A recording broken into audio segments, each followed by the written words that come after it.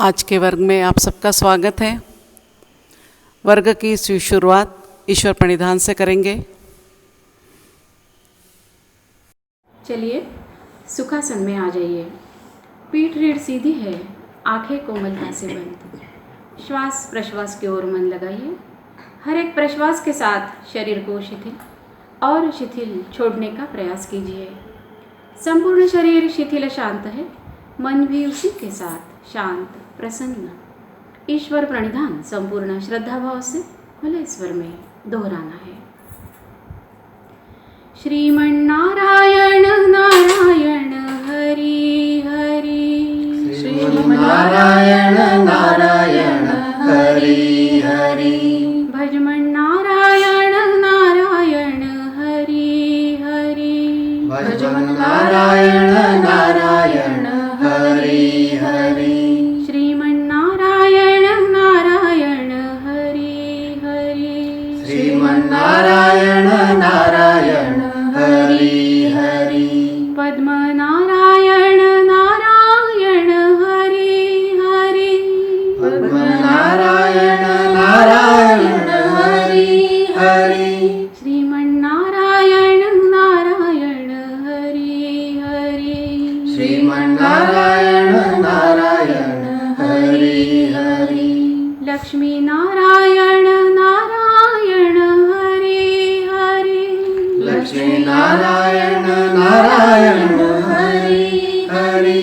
श्रीमन्नारायण नारायण हरि हरि।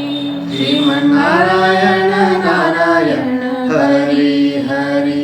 विष्णु नारायण नारायण हरि हरि।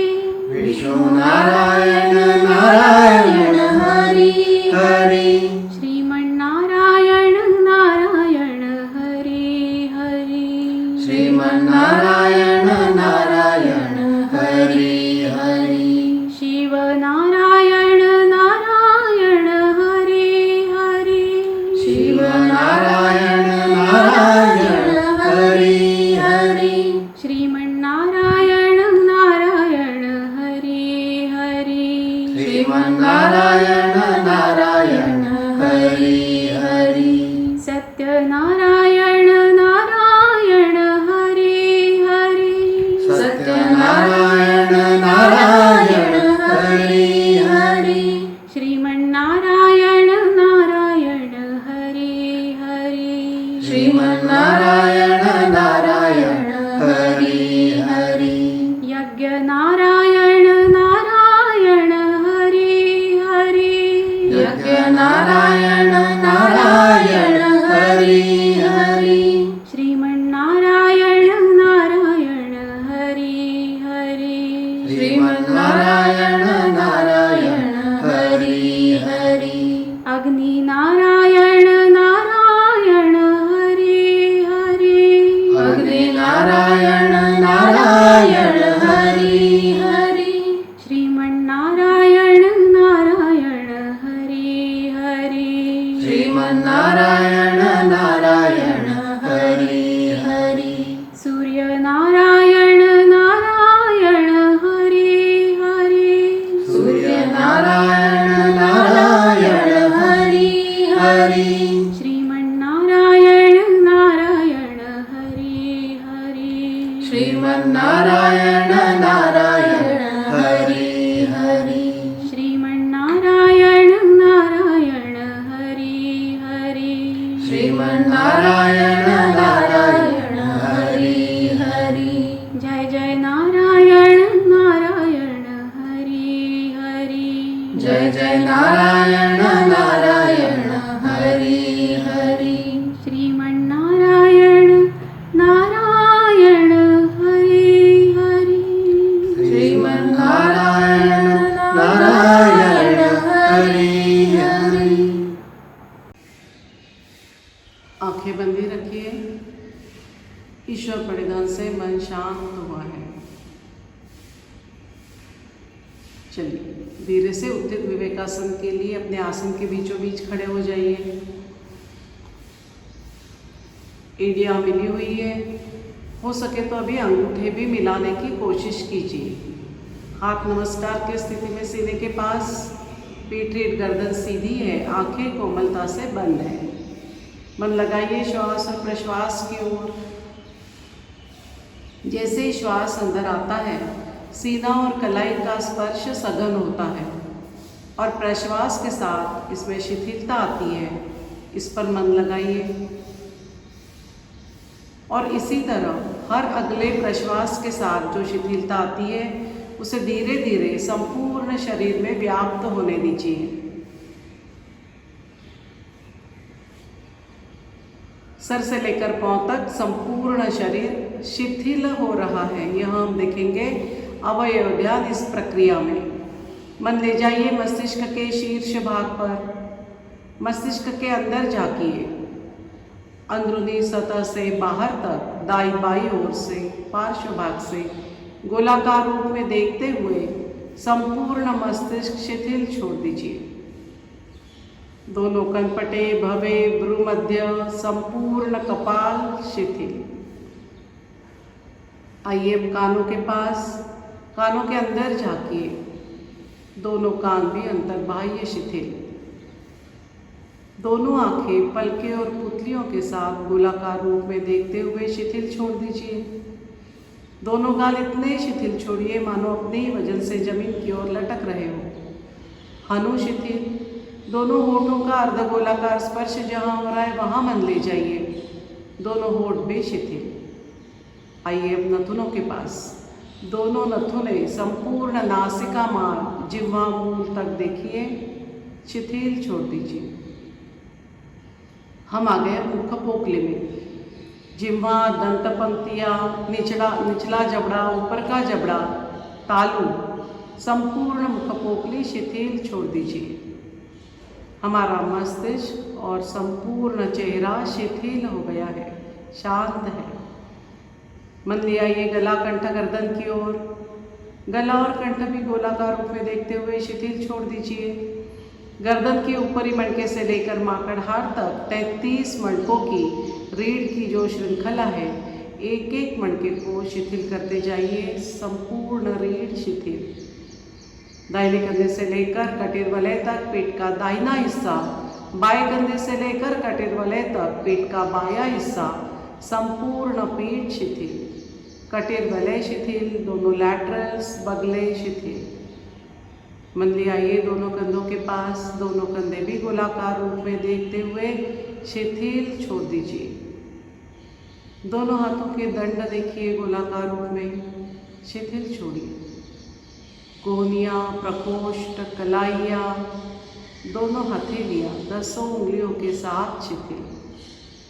दाई बगल से बाई बगल तक संपूर्ण सीना देखा है, अंतर्बाह्य शिथिल कर दीजिए। नीचे में श्वास पटल की लयबद्ध हलचल हो रही है, वहाँ मन ले जाइए, श्वास पटल भी शिथिल। और थोड़ा नीचे आते हैं तो नाभिकंद दिखाई दे रहा है। 72,000 नस नाड़ियों का यह समूह अंतर्बाह्य शिथिल छोड़ दीजिए।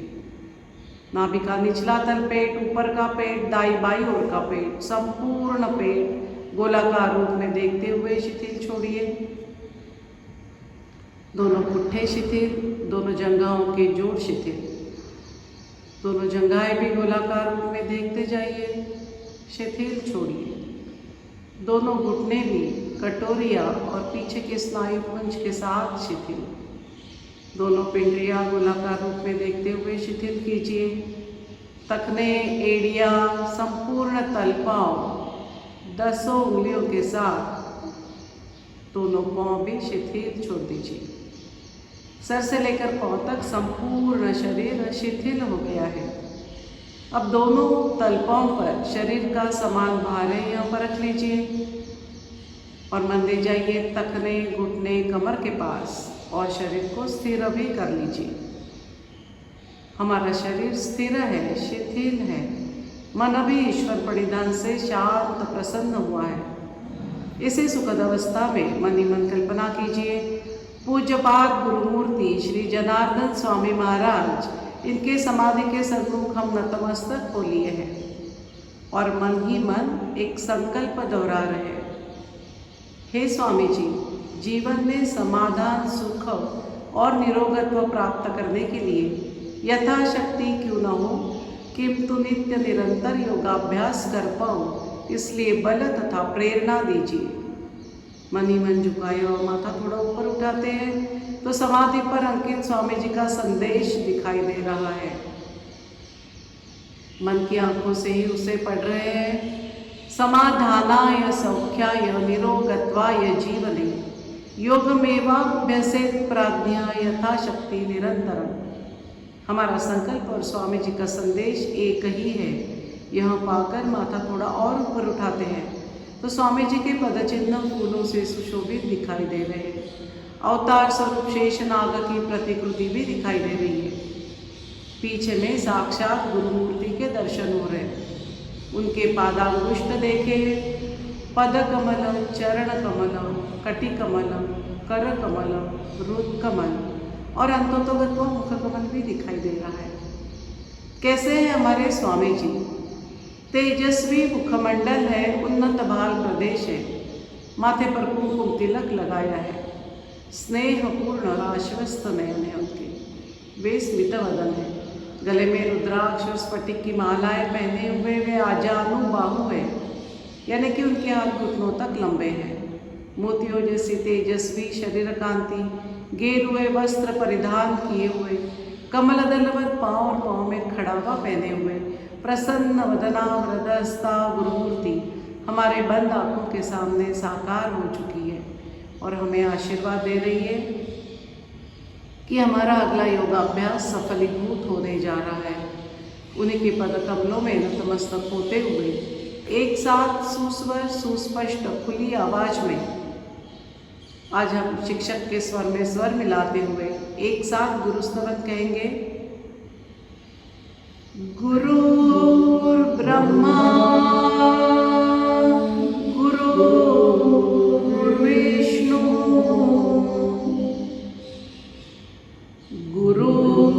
गुरुर्देवो महेश्वरः गुरुः साक्षात् परब्रह्म तस्मै श्री गुरवे नमः। कृष्णाय वासुदेवाय हरये परमात्मने प्रणत क्लेशनाशाय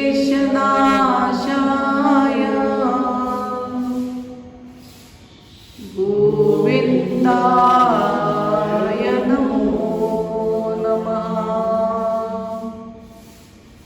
गोविन्दाय नमो नमः। गोविन्दाय नमो नमः। चलिए गुरु से आशीर्वाद पाकर अगली योगाभ्यास की ओर बढ़ेंगे। शरीर संचालन के लिए तैयार। हाथ धीरे से नीचे ले लीजिए, दोनों पाँव में दोनों कंधों जितना फासला लेते हुए हाथ जंघा से सटे हैं, पीठ रीढ़ गर्दन सीधी है, आंखें कोमलता से बंद है। श्वास लेकर रोककर मूल बंद लगाते हुए कमर के ऊपर का शरीर दाहिनी ओर मरोड़िए।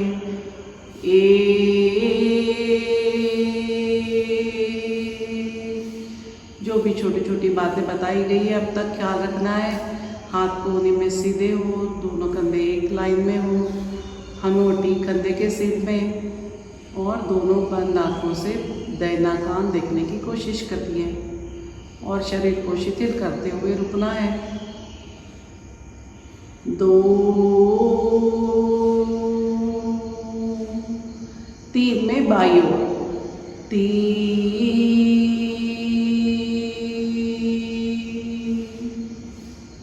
बहुत अच्छा। कमर की तरफ पूरा ख्याल। हमारा मन शरीर के अंदर रहना चाहिए। आसन करते समय कहाँ कहाँ क्या क्या हो रहा है। 4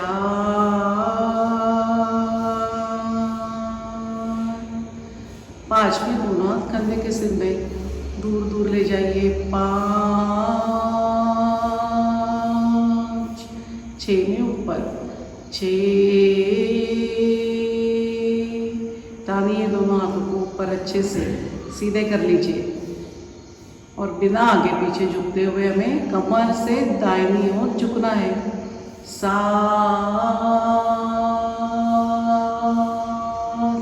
दंडकान से अलग ना हो और थोड़ा झुक सकते हैं क्या, कोशिश करते जाइए। फिर जो भी स्थिति आती है रुककर प्रश्वास कर लेना है, शरीर को शिथिल छोड़ देना है। 8,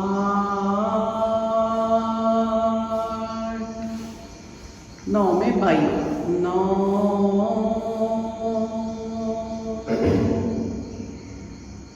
10, 11 में पीछे जाना है। फिर से हाथों को एक बार खींच लीजिए। 11,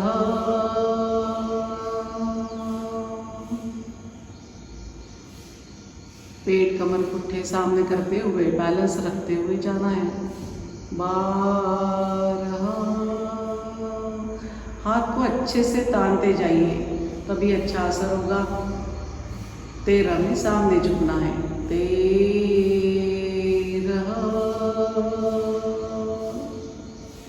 जहाँ तक गए फिर हाथ को ढीला छोड़ दिया। पिंडलियाँ जंघाएं यहाँ पर मन ले जाइए, शिथिल छोड़ दीजिए, तनाव निकाल दीजिए पूरा। पुट्ठे संपूर्ण पेट शिथिल, कंधे शिथिल, दोनों हाथों को अत्यंत ढीला छोड़ दीजिए। मस्तिष्क पूरा शिथिल, पेट, सीना, गला शिथिल छोड़िए। संपूर्ण चेहरा भी शिथिल छोड़िए। मन लगाइए चेहरे के पास, प्रश्वास कीजिए, हल्का सा पेट अंदर लीजिए और थोड़ा झुक सकते हैं क्या, देखिए। माथा ले जाइए घुटने के पास, बहुत अच्छा। दोनों दंड कान से लगा लीजिए और एक यूनिट बनाते हुए माथा और हाथों का वापस आना है। 14,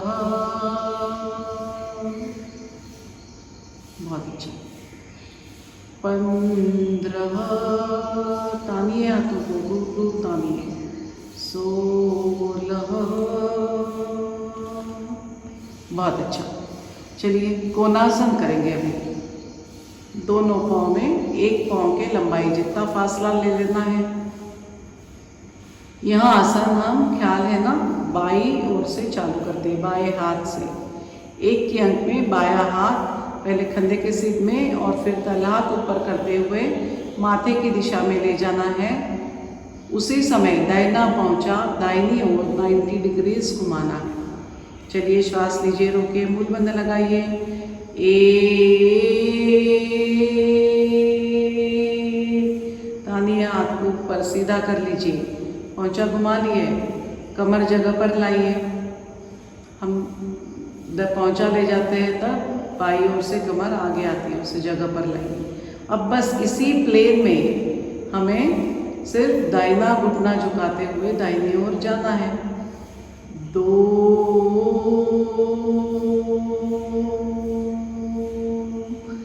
दाहिना हाथ पिंडली को लपेट लेना है, तकने तक जाता है, पहुंचे तक जाता है, नीचे नीचे ले जाइए, घुटने को फोल्ड करते जाइए और नीचे जाइए। हाथ सीधा है एकदम, दंडकान से सटा है, नज़र उंगलियों की तरफ, हाथ की उंगलियों से लेकर पाँव की उंगली तक एक सीधी रेखा आ जानी चाहिए बाईं ओर। और फिर रुकिए। कोणासन, साइटिका पर उपयुक्त आसन। 3, बहुत अच्छा। 4, पहुंचा घुमा लिए, सीधा कर लीजिए। अब दाहिनी ओर से करेंगे। 1, हाथ को अच्छा खूब खींचिए ऊपर, सीधा कर लीजिए, पहुंचा घुमा लीजिए। 2, आगे पीछे बिल्कुल नहीं झुकना।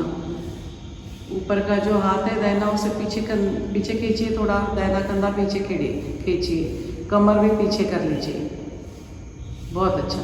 अब देखिए उंगलियों की तरफ, रुकिए थोड़ी देर, 3 मिनट का समय है। 3,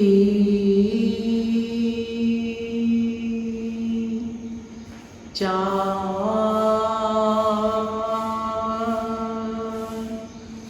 चलिए दोनों पाँव मिला लीजिए।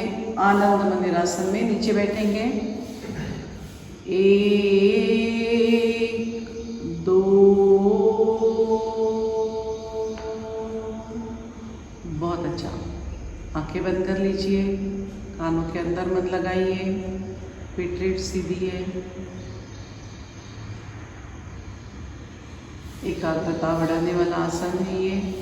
धीरे से दोनों घुटने टिका दीजिए, वज्रासन में आइए और फिर पवन मुक्तासन के लिए पीठ के बल आ जाइए।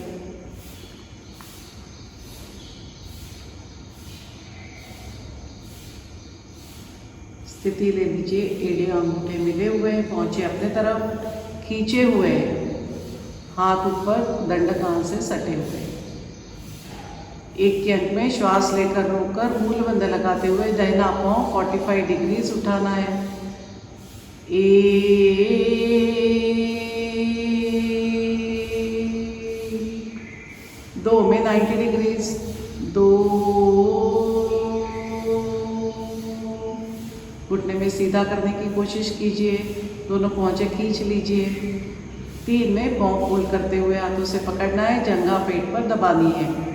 3, दबाइए जंघा, पेट ढीला छोड़िए और घुटना लाइए सीने के बीचों बीच। 4 में माथा उठाते हुए हनु घुटने में लगानी है और उसी समय बायां पाँव लंबा बाई ओर, फिर दाहिनी ओर। 4,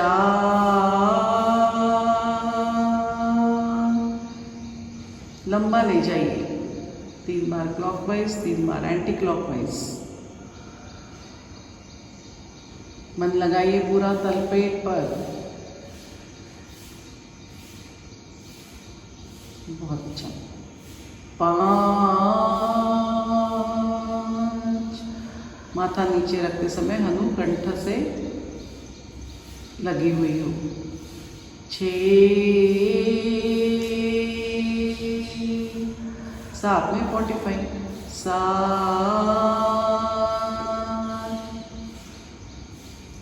8, एड़ी से एड़ी मिला लेंगे।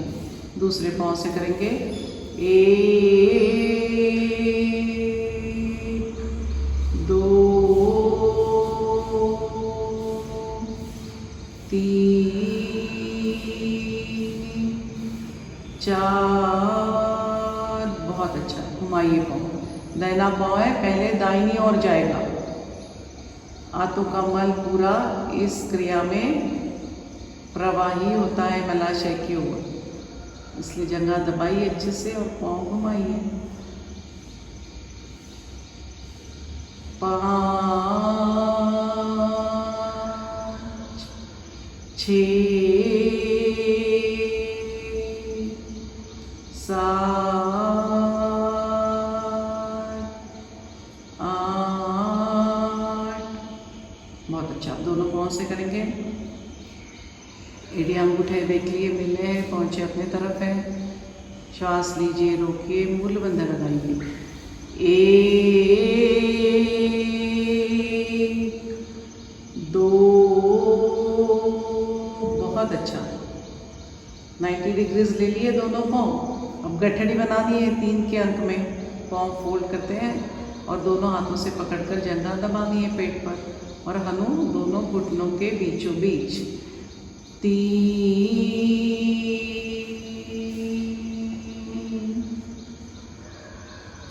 4 में दाहिने बाएं डोलना है। 4,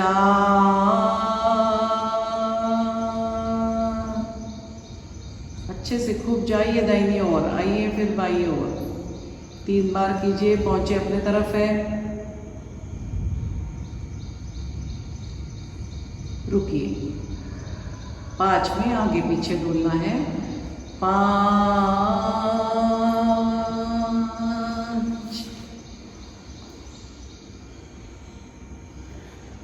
3 बार गठड़ी फिर से कस लीजिए अच्छे से और फिर 6 में एक साथ हाथ और पाँव छोड़ने हैं। हाथ ऊपर पाँव ऊपर, 6, घुटने में सीधे कर लीजिए पाँव को, दोनों पाँव लाइए 45 डिग्री, 7,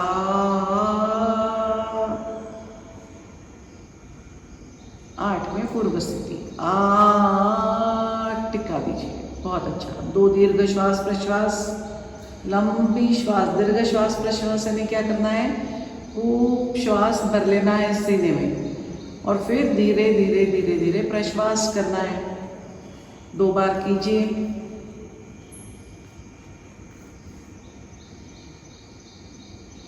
श्वास की गति थोड़ी बढ़ जाती है पवन मुक्तासन में शुरुआत में, उसे नॉर्मल कर लेंगे और आगे बढ़ेंगे। कल के जो आसन किए थे, हलासन, चक्रासन, चलिए तैयार हो जाना है। हलासन की स्थिति है पीठ के बल लेटे हुए आसन की स्थिति, उसी स्थिति में है आप। तो चलिए हलासन की शुरुआत करते हैं। 1 के अंक में हमें क्या करना है, श्वास लेकर रोककर मूल बंध लगाते हुए दोनों पाँव 45 डिग्रीज उठा दें।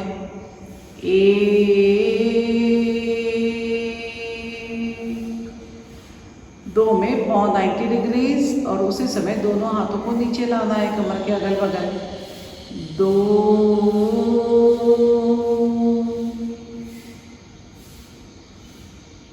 जिनकी कमर नहीं उठती है उन्होंने कल कोशिश की है क्या कि कमर के नीचे लोड रखकर फिर पाँव उठाने की कोशिश करनी है और फिर सेटअप्स करते हुए जो मोमेंटम आता है उसी में पुट्ठों को पीछे ढकेल देना है।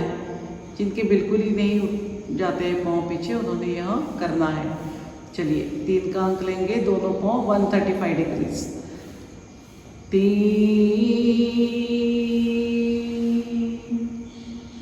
कोशिश कीजिए थोड़ी, जिनका बिल्कुल नहीं जमा है। बहुत अच्छा। दोनों हाथों से वो लोग पुट्ठे पकड़ सकते हैं, जो रुक नहीं सकते वो दोनों हाथों से पुट्ठे पकड़ के रुक सकते हैं शुरुआत में आराम से। अब 4 में हमें क्या करना है, दोनों पाँव की उंगलियां जमीन पर टिकानी है और फिर टिकने के बाद थोड़ी सी ऊपर उठा लेनी है। हम उंगलियां यदि खींच लेते हैं दूर तो अपने आप पाँव ऊपर आ जाते हैं। 4, टिक गई उंगलियां। अब उंगलियां दूर कीजिए, बस बहुत बढ़िया। इस स्थिति में रुकिए। हलासन की यह पूर्ण स्थिति है। देखिए पूर्ण शरीर पर कैसे तनाव दबाव आ रहा है। दोनों हाथ पास पास ले लीजिए, शरीर पूरा शिथिल छोड़ दीजिए। दोनों पाँव, पुट्ठे, पीठ, सीना, गला शिथिल छोड़ दीजिए और श्वास प्रश्वास पर मन लगाते हुए रुकिए। डायबिटीज के लिए बहुत उपयुक्त आसन है। चलिए 5 में फिर से दोनों को 135 डिग्रीज लाने हैं। 5, 6 में अभी थोड़ा सावधानी से एक एक मटका टिकाते हुए पीठ टिकानी है। 6, घुटने थोड़े माथे की ओर खींचिए और फिर लाइए पाँव नीचे, पाँव 90 डिग्रीज कर लीजिए। 7 में दोनों पाँव 45 डिग्रीज और हाथ ऊपर। 7, बहुत अच्छा। 8 में टिका देने हैं। 8, रीढ़ पर अच्छा तनाव आता है। रीढ़ फ्लेक्सिबल होती है, लचीली होती है और रीढ़ के आजू बाजू के जो स्नायु हैं, गर्दन, पीठ, कमर, पाँव सभी के विकार दूर होते हैं। एसिडिटी, डायबिटीज़ के लिए बहुत उपयुक्त आसन है। वैसे ही लीवर और स्प्लीन पर भी अच्छा प्रभाव पड़ता है। समय है 3 मिनट। हलासन का पूरक आसन हमने देखा है क्या है, चक्रासन। चक्रासन भी इसी स्थिति का आसन है। एड़िया अंगूठे मिलाने हैं, हाथ ऊपर ले जाना है, दंडकान से सटा देना है। बहुत अच्छा। एक के अंक में दोनों पाँव फोल्ड करते हुए एड़ियाँ पुट्ठों के पास लानी है और दोनों पाँव थोड़े थोड़े दूर रखना है, एक हाथ का अंतर हो। और उसी समय दोनों हाथ फोल्ड करते हुए कान के अगल बगल रखना है, उंगलियां कंधे की दिशा में। चलिए एक का अंक लेंगे, श्वास लीजिए, रोकिए, मूल बंद लगाइए।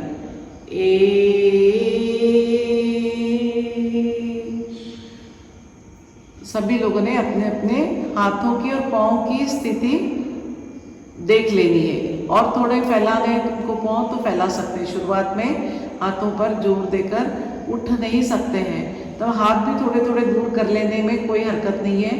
हाथ और पाँव दूर करते हुए स्थिति ले लेनी है और फिर तल हाथ तल पाँव पर जोर देते हुए 2 के अंक में पीठ उठानी है, माथा उठाना है और कमान बनानी है, चक्र बनाना है। 2 उठाइए, पुट्ठे, कमर, पीठ, माथा। बहुत सुंदर। हाथ सीधे करने की कोशिश कीजिए, दोनों हाथ कोहनी में और फिर नज़र हाथों की तरफ। यह है चक्रासन की पूर्ण स्थिति 2 के अंक में। जो ला सकते हैं हाथ और पाँव थोड़ा थोड़ा पास में ला सकते हैं। अब देखिए कहाँ कहाँ तनाव आ रहा है। रीढ़, कमर, पेट, सीना, गला, हाथ, पाँव सभी पर अच्छा तनाव आ रहा है, इसलिए उनके स्नायु और उनकी ग्रंथियों पर बहुत अच्छा परिणाम होता है, बलवान होते हैं, कार्यक्षम होते हैं। चलिए 3 में पहले खंदा टिकाइए, फिर माथा। 3, बहुत अच्छा। रुकिए। 4 में पूर्व स्थिति। 4 लीवर के भी दोष दूर होते हैं, शौच साफ होती है, आँखों को भी इसका लाभ मिलता है। यह हो गया हलासन चक्रासन। बाई करवट ले लीजिए, पेट के बल आ जाइए,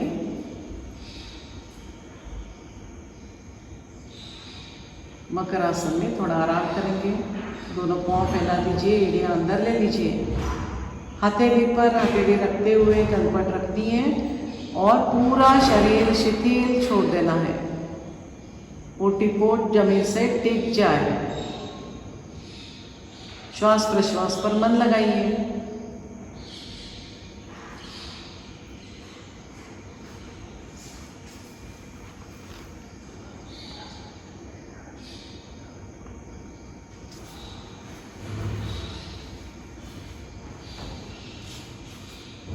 मकरासन हमने अंकों के साथ भी देखा हुआ है।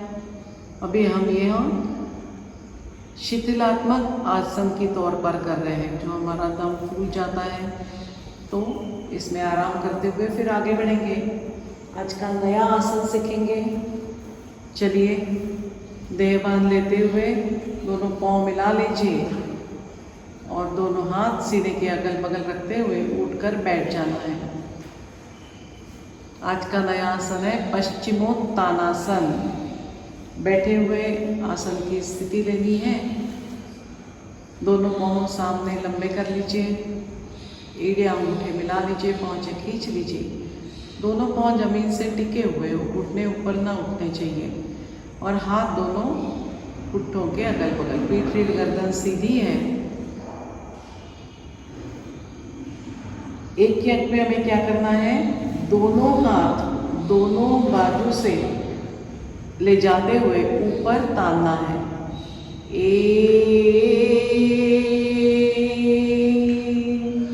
जब भी हम हाथ ऊपर ले जाते हैं या नीचे लाते हैं तो उसी प्रकार ले जाना है। पहले कंधे के सिद्ध में आएंगे, फिर तला हाथ ऊपर और फिर ऊपर ले जाना है। खींचिए हाथों को अच्छे से, खूब ऊपर खींचिए। पीठ रीढ़ सीधी कर लीजिए, जितने खींच सकते हैं हाथों को खींचिए और ऊपर। बहुत अच्छा। अब मन लगाइए आखिरी मणके के पास। हमें सामने झुकना है 2 के अंक में और आखिरी मणके से लेकर कमर से हमें सामने झुकना है, कंधे झुकने नहीं चाहिए, पीठ रीढ़ सीधी रहेगी। 2 के अंक में हमें सामने झुकते हुए माथा घुटने में लगाना है और दोनों हाथों से अंगूठे पकड़ लेने हैं, कोहनियाँ जमीन में गाड़नी है। चलिए 2, बहुत अच्छा। जिनका माथा नहीं लगता या हाथ नहीं पहुंच रहे अंगूठे के पास, उन्होंने सामने जाते हुए माथा घुटने के आगे ले जाने की कोशिश करनी है, उस दिशा में, और दोनों हाथ जहाँ तक जाते हैं वहाँ पर पाँव पकड़ लेने हैं। पिंडी पकड़ सकते हैं, पिंडियाँ पकड़ लीजिए, टखने पकड़ सकते हैं, टखने पकड़ लीजिए, और फिर प्रश्वास करना है। पेट हल्का सा अंदर लेना है तो अपने आप हमारा शरीर सामने ढलता है। इस तरह कोशिश करते जानिए। प्रश्वास करना है, पेट हल्का सा अंदर लेना, सामने झुकना और हाथ सामने सामने खिसकाते जाना। 2-3 बार कीजिए ऐसा। अब जो भी स्थिति आती है उसमें रुक जाइए। पूर्ण स्थिति है ऐसा मन में लाते हुए शांति से रुकिए। श्वास प्रश्वास पर मन लगाइए। संपूर्ण शरीर को शिथिल छोड़ दीजिए। दोनों पाँव, पुट्ठे, पीठ शिथिल छोड़ दीजिए।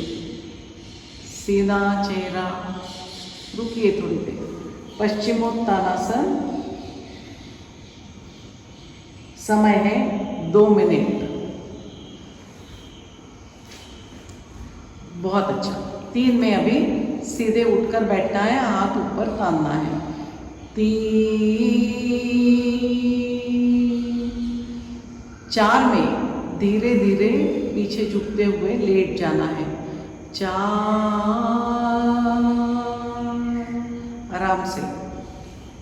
अब 5 में फिर से उठकर बैठना है, पर देखना है कि एड़ी नहीं हिलेगी, एड़ी जगह पर रहेगी। 5, बहुत अच्छा। तानिए आपको ऊपर खींच लीजिए, पीठ रेट सीधी कर लीजिए। 6 में फिर से पूर्ण स्थिति लेंगे जो दो के अंक में ली थी। 6,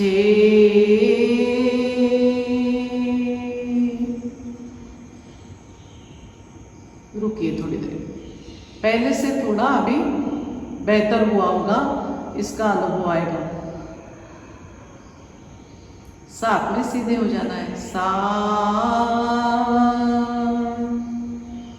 8 में पूर्व स्थिति, दोनों हाथ नीचे ले लेने हैं। 8,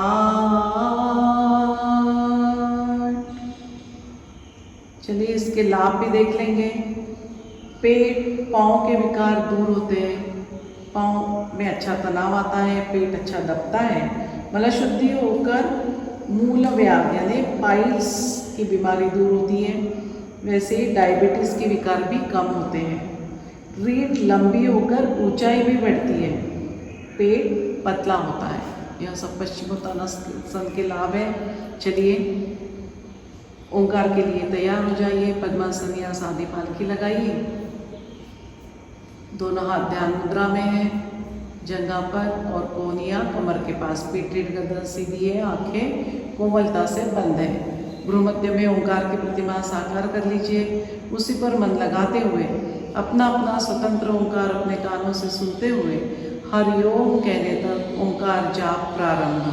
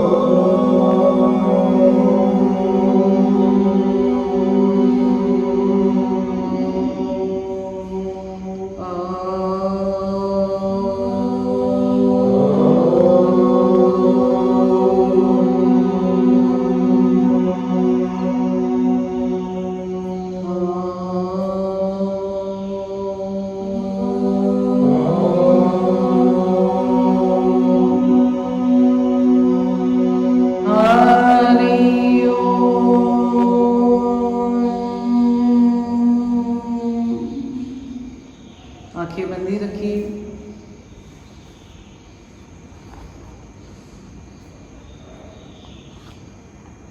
धीरे से सीने की तरफ देखते हुए आंखें खोल लीजिए। पद्मासन भी छोड़ दीजिए। हम 10 मिनट के थ्योरी का अभ्यास करेंगे। चलिए आज हम जनार्दन स्वामी अप्रवासी मंडल में जो अष्टांग योग का अभ्यास होता है, उस अष्टांग योग के बारे में जानकारी लेंगे। पतंजलि मुनि ने पातंजल योग शास्त्र, यह ग्रंथ मानव की उन्नति के लिए लिखा हुआ है। उन्होंने जो वेद, उपनिषद, रामायण, महाभारत, जहाँ पर भी योग का उल्लेख मिला है, सबका अभ्यास करते हुए उनका सार निकाला है और पातंजल योग शास्त्र यह ग्रंथ लिखा है। सिर्फ 195 सूत्र में उन्होंने उसको बद्ध किया हुआ है। इसमें 4 चैप्टर्स है, 4 पाद है, समाधि पाद, साधन पाद, कैवल्य पाद और विभूति पाद। 4 पाद और 195 सूत्र, इसी में उन्होंने पूरा योग शास्त्र का सार लिखा हुआ है। अब हम देखेंगे अष्टांग योग हम जो बोलते हैं, इसका अभ्यास क्यों करना चाहिए, क्यों पालना चाहिए अष्टांग योग। तो साधन पाद का 28वां सूत्र है, योगांगानुष्ठाना अशुद्धि क्षय ज्ञान दीप्तिरा विवेक ख्याति है। इसका सरल अर्थ यह है कि अष्टांग योग का पालन करने से चित्त शुद्ध होता है, आंतरिक शक्ति प्रदीप्त होती है और मन में विवेक जागृत होता है। इसीलिए हमें अष्टांग योग का पालन करना है। अष्टांग योग को अष्टांग योग क्यों कहते हैं? क्योंकि इसके 8 अंग हैं, यम, नियम, आसन, प्राणायाम, प्रत्याहार, धारणा, ध्यान, समाधि। इसकी परिभाषा क्या है? यम, नियम, आसन, प्राणायाम, प्रत्याहार, धारणा, ध्यान, समाधयो अष्टांगान। यह सरल सी इसकी परिभाषा है। अष्टांग योग क्या है? तो ये नर से नारायण बनने की यह 8 पादान की सीढ़ी है, ऐसे समझ लीजिए आप। ये यम, नियम, आसन एक हम सीढ़ी चढ़ते जाएंगे तो आखिरी में हम नारायण, नर का नारायण बन सकते हैं। ऐसा सारा इन्होंने इसमें एक्सप्लेन किया हुआ है। अब ये 8 अंग हैं जो हमने अभी देखे, ये 2 भागों में विभाजित किए हैं, बहिरंग साधना और अंतरंग साधना। यम, नियम, आसन, प्राणायाम, ये 4 जो है ये बहिरंग साधना में आते हैं। आपको यदि पूछा गया बहिरंग साधना क्या है, तो यम, नियम, आसन, प्राणायाम। और आखिरी के 3 जो है धारणा, ध्यान, समाधि, ये 3 अंतरंग साधना के 3 अंग हैं। और प्रत्याहार रह गया बीच में 5वां, वह ये दोनों को बहिरंग साधना और अंतरंग साधना, इसको जोड़ने वाला ब्रिज है, सेतु है, ऐसा हम कह सकते हैं। आज हम सिर्फ 2 अंगों के बारे में देखेंगे, यम और नियम। यम यानी क्या? यम यानी डोर्स।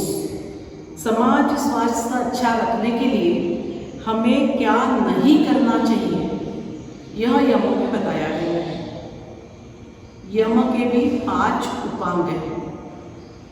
अष्टांग योग के 8 अंग हैं, उसमें से पहला यम है, उसके 5 उपांग हैं। कौन से? अहिंसा, सत्य, अस्तेय, ब्रह्मचर्य, अपरिग्रह। तो इसकी परिभाषा कैसे आती है? अहिंसा, सत्य, अस्तेय, ब्रह्मचर्य, अपरिग्रह, यमाः। पहला क्या है? अहिंसा। अहिंसा यानी हमको पता है कि हिंसा नहीं करना। योग शास्त्र में 3 प्रकार की हिंसा बताई गई है, कायिक, वाचिक और मानसिक।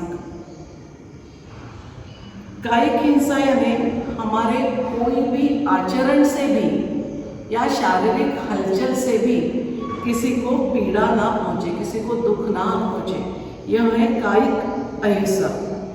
वो फिर मनुष्य हो, प्राणी हो, कीटक हो, पक्षी हो, वृक्ष हो, किसी को भी पीड़ा पहुंचनी नहीं चाहिए, दुख ना पहुंचना चाहिए। एक उदाहरण हमारे परिवार का ही ले लेते हैं कि एक आधे परिवार में समझ लो एक आधी व्यक्ति जो घर का पुरुष है वो बहुत कर्मकांड पूजा पाठ करने वाला है, तो वो सुबह से लेकर अपने कर्मकांड में व्यस्त रहता है और घर की गृहिणी जो रहती है पूरा कामकाज करके खाना बना के वो सबसे आखिरी में खाती है सबका होने के बाद, तो वो राह देखती रहती है कि इनका कब सब निपटेगा और हम खाना खाएंगे, पर उस व्यक्ति को इसकी मालूमात नहीं रहती है, वो अपनी पूजा में व्यस्त रहता है। तो इस तरह भी हमारी ओर से किसी को पीड़ा नहीं पहुंचनी चाहिए, इसका हमें ख्याल रखना है। तो यह हो गया कायिक अहिंसा। फिर दूसरा है वाचिक। वाचिक अहिंसा, इसका तत्व यह है कि हमारे बोलने से किसी को दुख ना पहुंचे। कुछ भी हमने ऐसा नहीं बोलना चाहिए कि सामने का व्यक्ति दुखी हो जाए।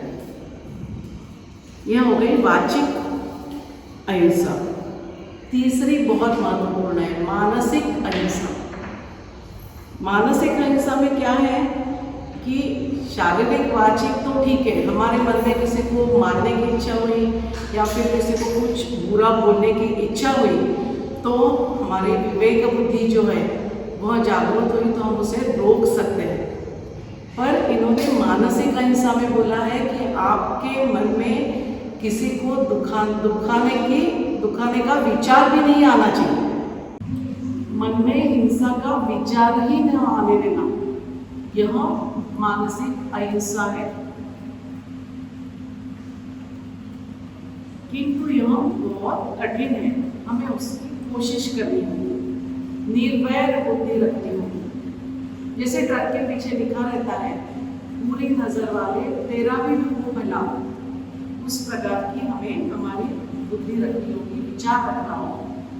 बसाईदार में भी मौली ने कहा है जे कड़ाची व्यंकटी साडो तया सत्कर्मी रखने वालों, सबके लिए यही मांगा है कि सारी बुरी चीजें नष्ट हो जाए और सभी को अच्छा काम करने की बुद्धि मिले। क्यों करना चाहिए, यहाँ तक कि अहिंसा के बारे में क्यों सोचना चाहिए, इससे हमें क्या मिले? अहिंसा प्रतिष्ठाया तत्संदिग्धो वैर त्यागः। इसका परिणाम क्या होता है? जब हम अहिंसा की परम सीमा पर पहुंचते हैं, प्रतिष्ठित हो जाते हैं, तो हमारे जितने भी आजू बाजू के प्राणी मात्र रहते हैं उससे हमारा शत्रुभाव नष्ट हो जाता है। हमको पता है एक आधे योगी के ऋषि के आश्रम में शेर और बकरी साथ में खेलते हुए रह सकते हैं, क्योंकि वहाँ का वातावरण ही ऐसा रहता है। इसके बारे में मैं आपको एक कथा बताने चाहूँगी। हमारे स्वामी जी की है, परम पूज्य जनार्दन स्वामी जी ने नर्मदा परिक्रमा 2 बार की है। एक परिक्रमा करते समय वो जा रहे थे, अकेले जा रहे थे और फिर एक पहाड़ी चढ़ गए। जैसी पहाड़ी चढ़ गए सामने उन्हें पूरा व्याघ्र परिवार दिखा, एक शेर, शेरनी और उसके बछड़े सामने थे। हमारे जैसे सामान्य आदमी कोई वहां होते तो क्या रिएक्शन होती, सोचिए। स्वामी जी ने क्या किया, वो वंदन किया और भगवान से कहा, हे ईश्वर, तुमने मुझे इस रूप में भी दर्शन दिए है, मैं बहुत खुश हुआ हूँ। और आंखें खोली तो क्या देखा कि संपूर्ण व्याघ्र परिवार पीछे लौटते हुए गुफा की ओर जा रहा।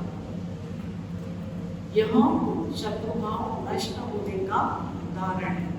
हमारे स्वामी जी भी अहिंसा में प्रतिष्ठित थे, यह हमें पता चलता है। आगे का कल देखेंगे। चलिए प्रार्थना के लिए तैयार हो जाइए, प्रार्थना सुनने आ जाइए।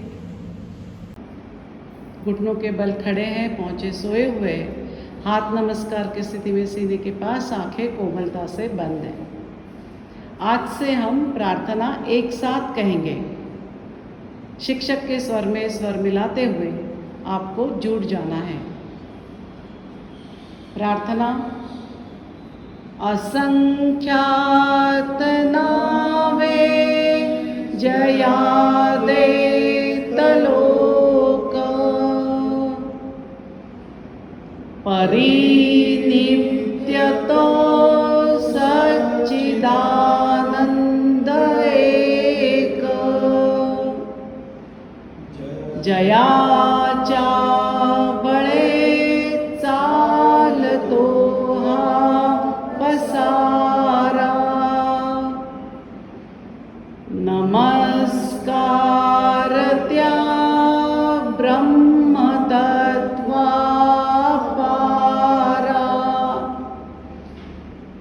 नभी सूर्य विश्वास जो तेज देतो, प्रमोदे आम्ही अंतरी त्यास द्यातो, तये प्रेरणा बुद्धी ते देत जावी, असे आमुची प्रार्थना ही प्रभावी, प्रभो पूर्ण आरोग्य आम्हासावे, तसे नित्य मांगल्य नेत्रां दिसावे, कधी दैन्य दारिद्र्य आम्हासी नावो, शतायुष्य ऐश्वर्य विज्ञान लाभो, योगेन चित्तस्य पदेन वाचा, मलं शरीरस्य च वैद्यकेन, योपाकरोत्तं प्रवरं मुनीनां, पतञ्जलिं प्राञ्जलिरानतोऽस्मि।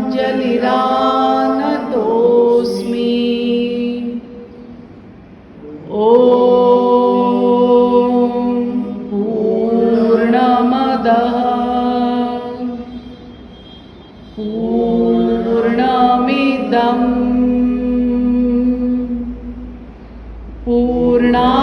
पूर्णात् पूर्णमुदच्यते, पूर्णस्य पूर्णमादाय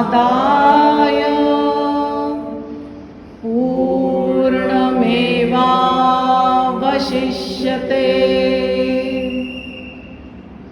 ॐ शान्तिः शान्तिः शान्तिः। सद्गुरु श्री जनार्दन स्वामी महाराज की जय। धीरे से दोनों हाथ पीछे ले लीजिए, एड़ियों पर बैठ जाइए, हाथ पीछे बांधते हुए माथा सामने टिका दीजिए। चलिए आराम से बैठिए।